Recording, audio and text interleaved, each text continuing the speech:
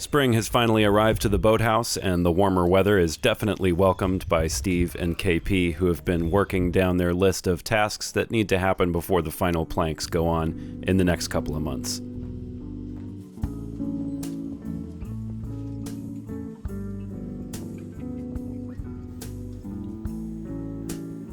Aaron is still around too, and Steve taught him how to use the sandblaster to clean up Victoria's bronze jewelry for later use. But today's episode will follow KP's first major task, to make the final 3 deck beams up forward. And then at the end of the episode, Anne takes a whistle-stop tour along the New England coastline on the first scouting trip for possible launch sites for Arabella next year.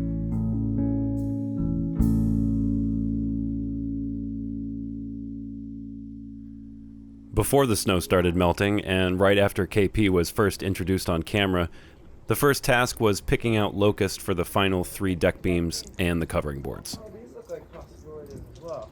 So maybe we should start marking and cutting what we got. Yep, we have a good enough to start picking through.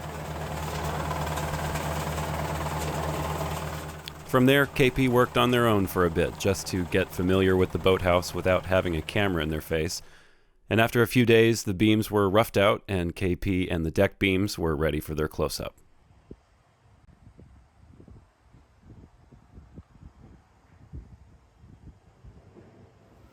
I guess go aft of F. They made patterns for every 3rd deck beam, which is a great idea, great time saver.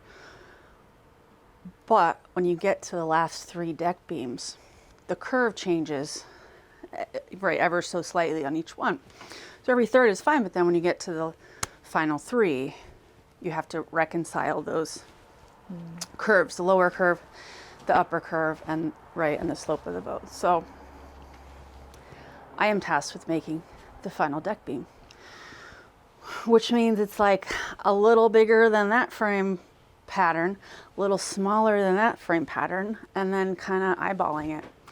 So I traced out the pattern of, I don't know, D frame or whatever it was, measured it with L or whatever was way back there, and I'm kind of just cutting the difference and hoping for the best, leaving it a little proud so that we can, when we ferret down, there'll be plenty of material to take off.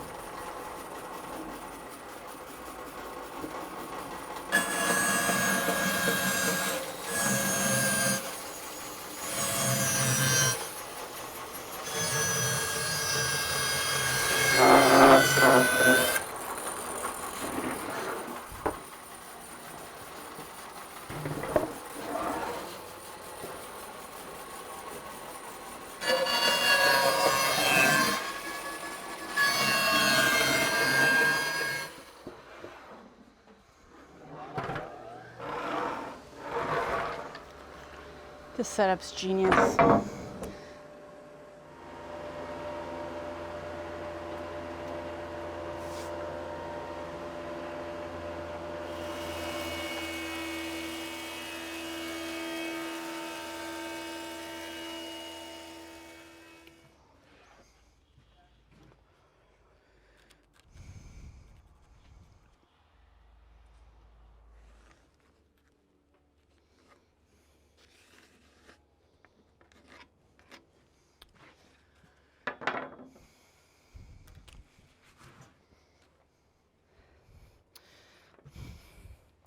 I have to empty my whole pockets for a tiny little bread I have in my pocket.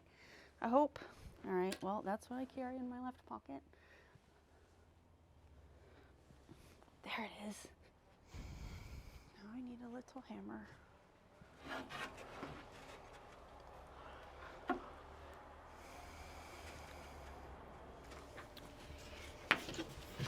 Let's check my batten first.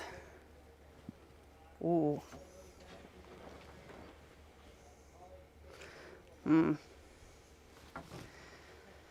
So I want this batten to be flimsy like it is. It's a nice, movement to it, because I'm trying to check this swoop of this pattern I made with like a fair curve that I'll make with a theoretically nice and straight batten. This, however, is not that. It's like all wobbly, and there's big lumps in it. So that won't really help me establish a fair curve. So I'll figure something else out. Well, that has some nice spring to it, and my line's still pretty far off, which is fine. I can fix it.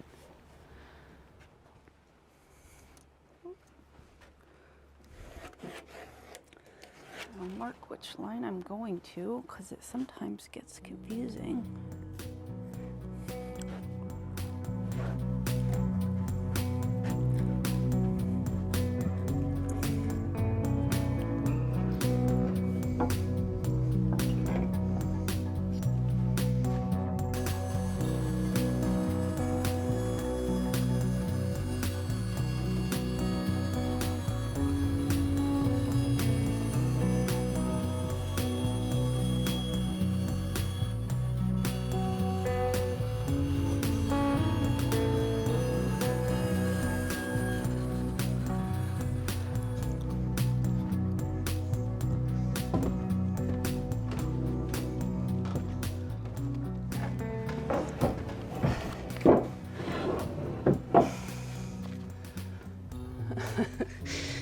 Close.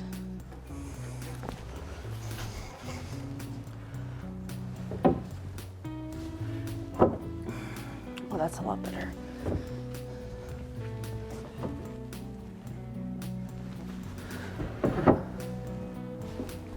Oh my God.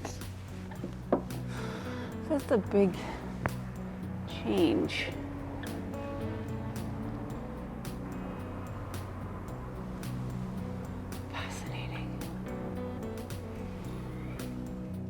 How's it gonna look when they're laying down? Oh, you can't tell. No, I don't need to worry so much. It's fine.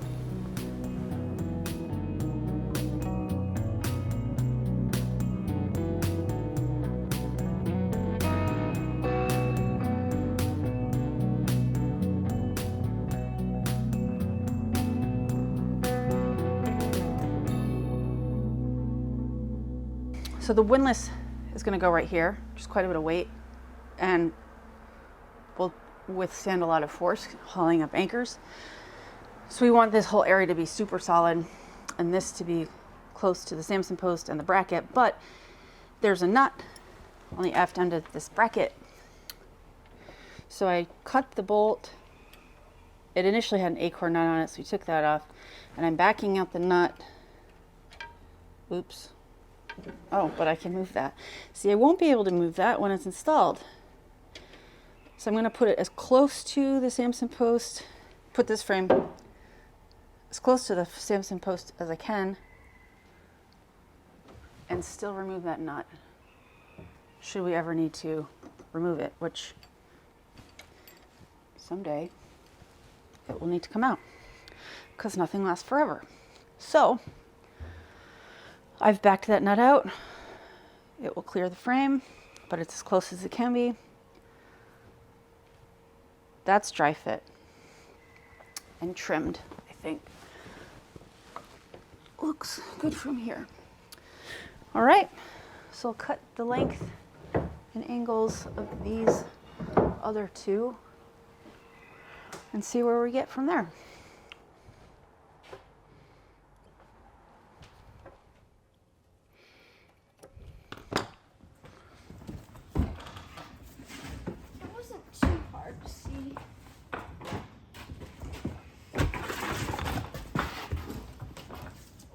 Young sir. I will be on my way. I will be on my way with you. Your mom asked if I could walk you home today. Okay. Okay. I'll be back.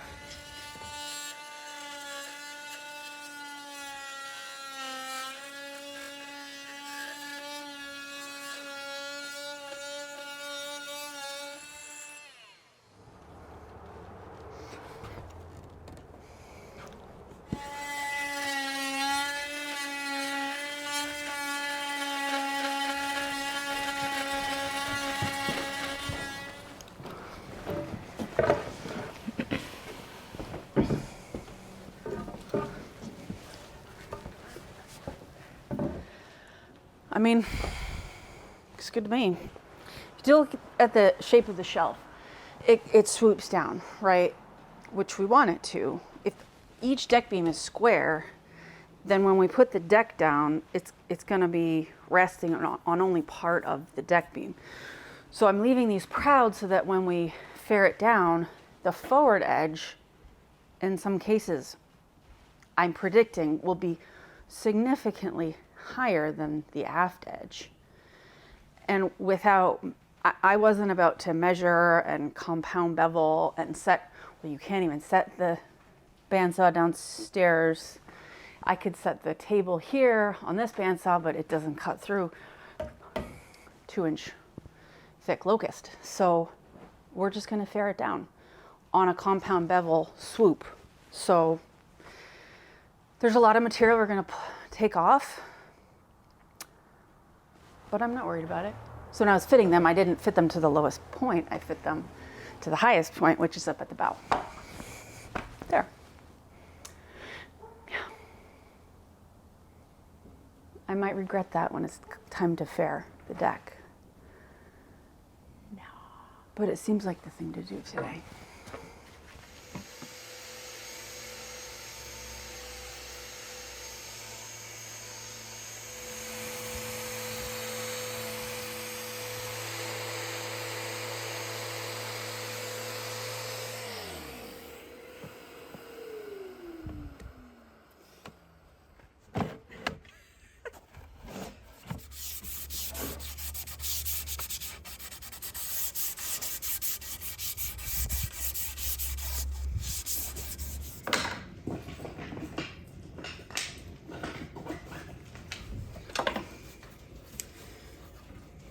There's a bolt in both sides. I think we can avoid it.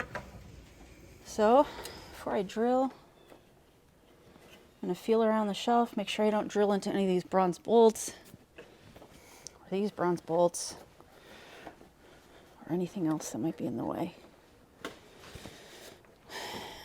Kind of envision it in my head, and go for it.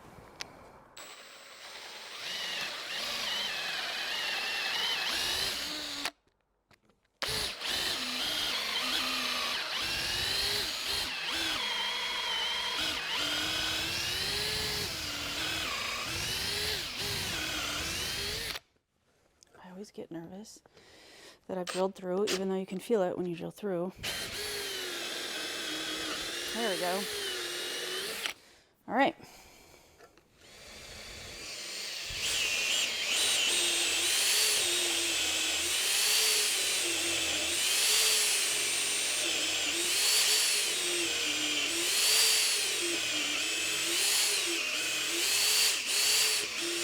There we go. Beautiful.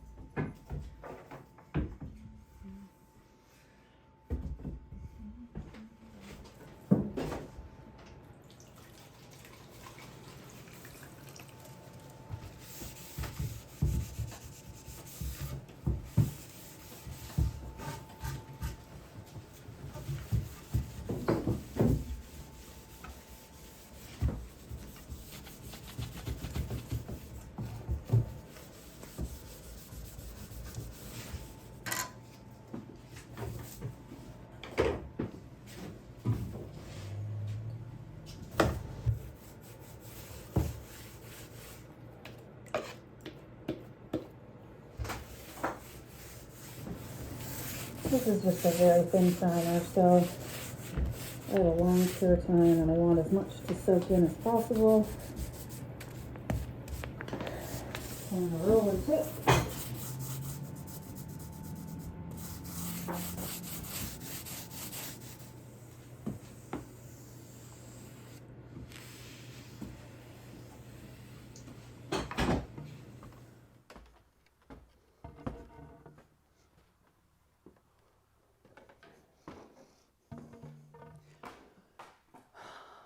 Final 3 deck beams. Yes. Let's not ruin the varnish here.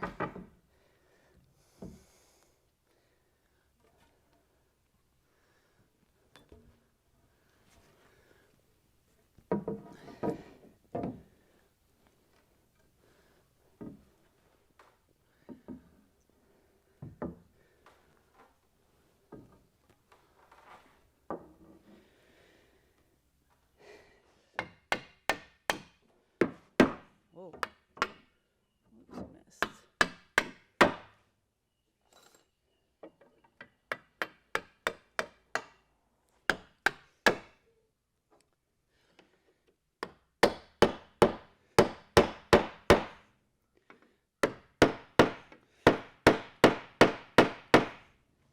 There we go.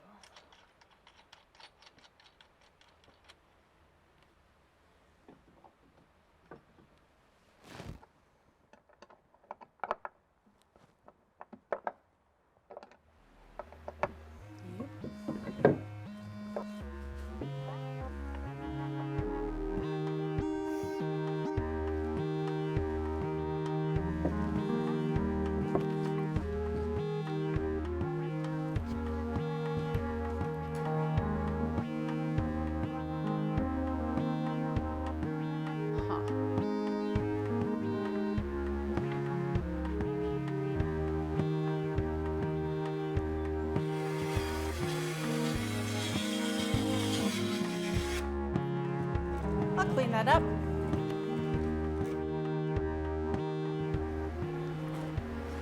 I'd say that fits. So I've been working on this hefty block made of oak that I'm going to put here against the stem. I made it fit against the stem. I took this deck beam out so I could work in here, flatten this the shelf down because this. So basically, when we're done, this will fit in here. We'll cut off the frames like this. I did this one. Cut off the stem, so this is all flat surface, including the plank. So on top of this will rest the deck planking and the covering board. And so this is all going to be flat, which means if we didn't have this piece in here, we'd have this big gap here where the end of all those nice pine boards, you step on it and you just crush it. So this is just reinforcement so that when you're up here stepping around and putting heavy things and dealing with the anchors and whatnot, you won't bust through the deck. So it'll be reinforcement for that. And I'll do another one in the stern for the same purpose, just to provide some more stability for the deck when we get to that point.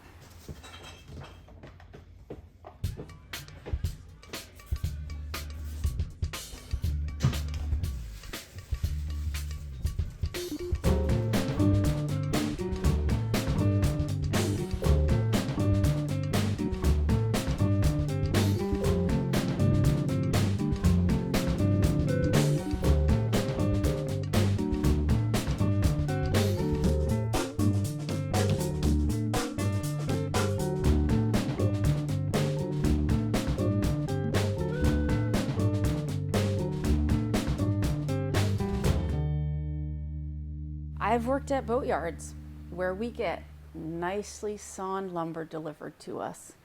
But you saw the process of these deck beams, roughing them out, putting them on the huge planer, which I love. That thing's amazing. And they're finally fitted, which feels good. I mean, it's been a few years since I've been full-time in boats. I'm starting to get my groove back.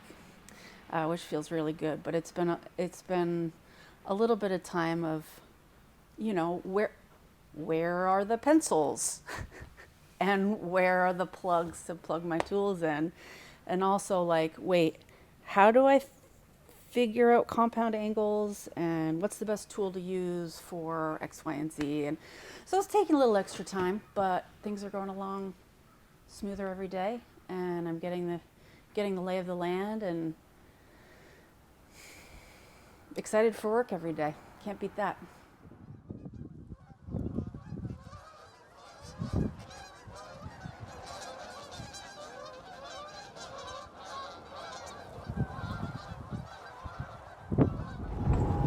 Get this spot to go. Oh, what is this? This is a custom Maritime Museum. Hell yeah.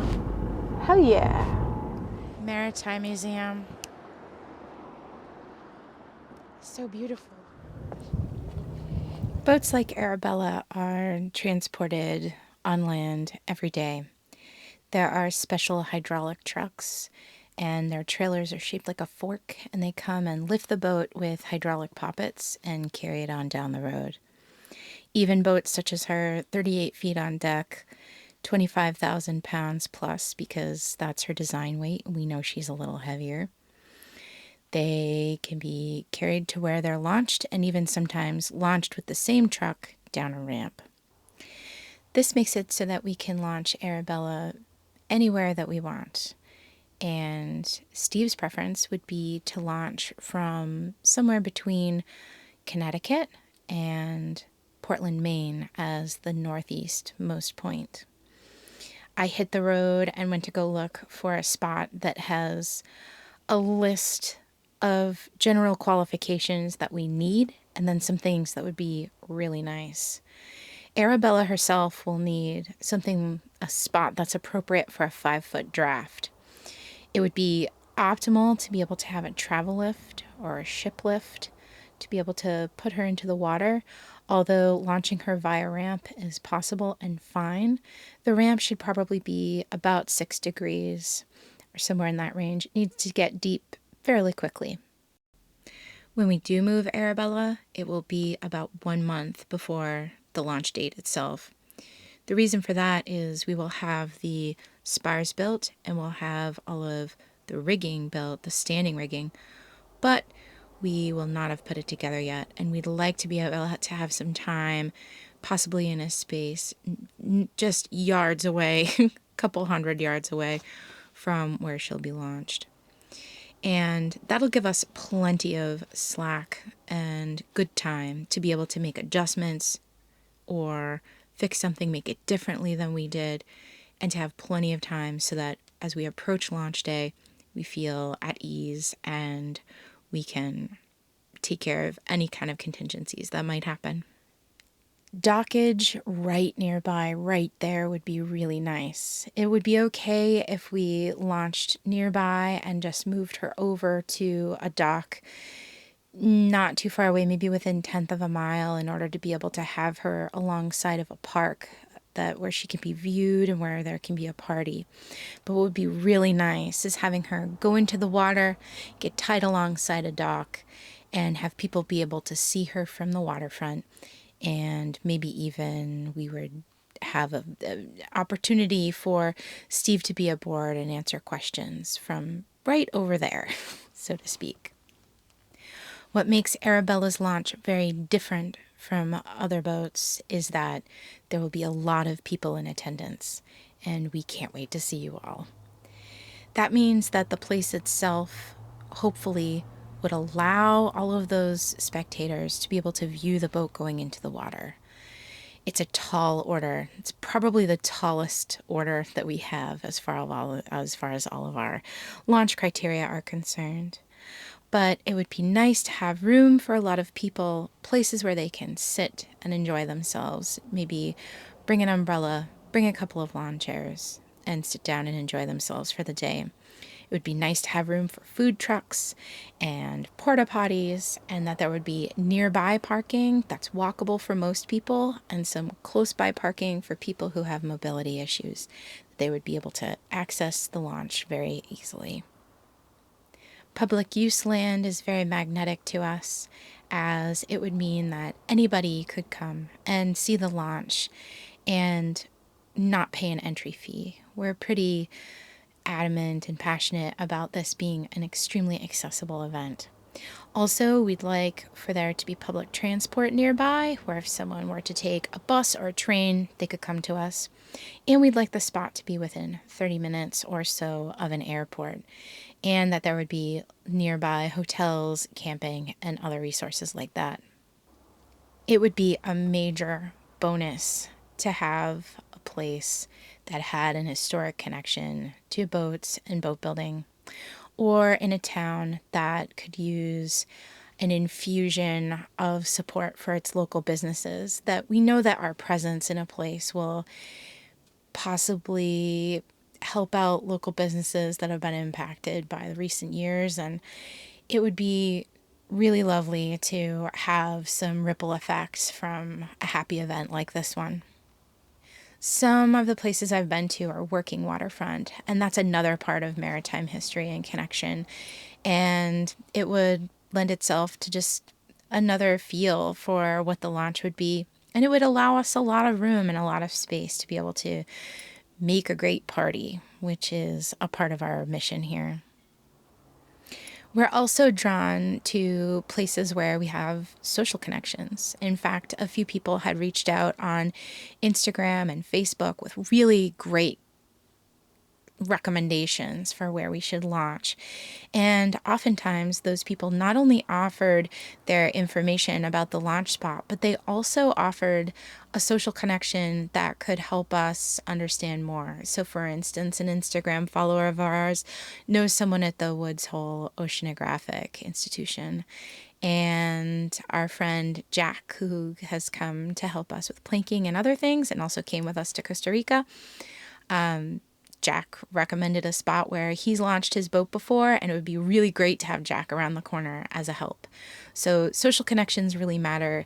And if we've missed a spot here that you think would be a stellar place and you have some reasons for it, we're always here on email, and we really appreciate all of the recommendations that we've gotten so far. This road trip was really lovely. It was nice to go back to places where I've anchored before. There are one or two places that I've never gone to by land. And every time I went to a place that was familiar, to put on these different lenses to look at it as a potential launch spot was really interesting. There's infrastructure that I hadn't noticed before, and resources that I hadn't noticed before. And I think when I go back to cruise in these places, I will look at them differently. There are a lot of beautiful, capable towns here in New England, and whoever we choose, we know that we're going to be hosted well and that we're going to have a great time. We all need hobbies. I'm having a nice time. I'm having a good time. It's not a full day unless you have bottom paint on your face. No, I just took it off.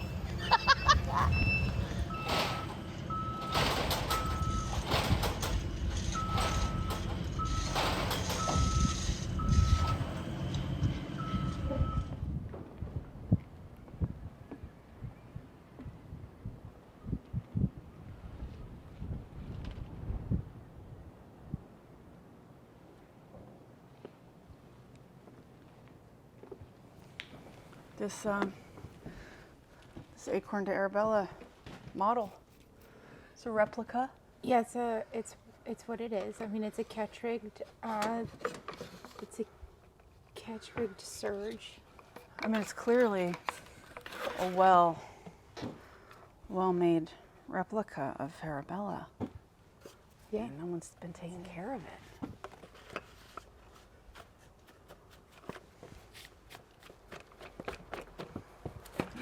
Have some respect. Gosh, what's wrong with people around here? This model deserves to be cared for, just like any other boat. There we go. Nice.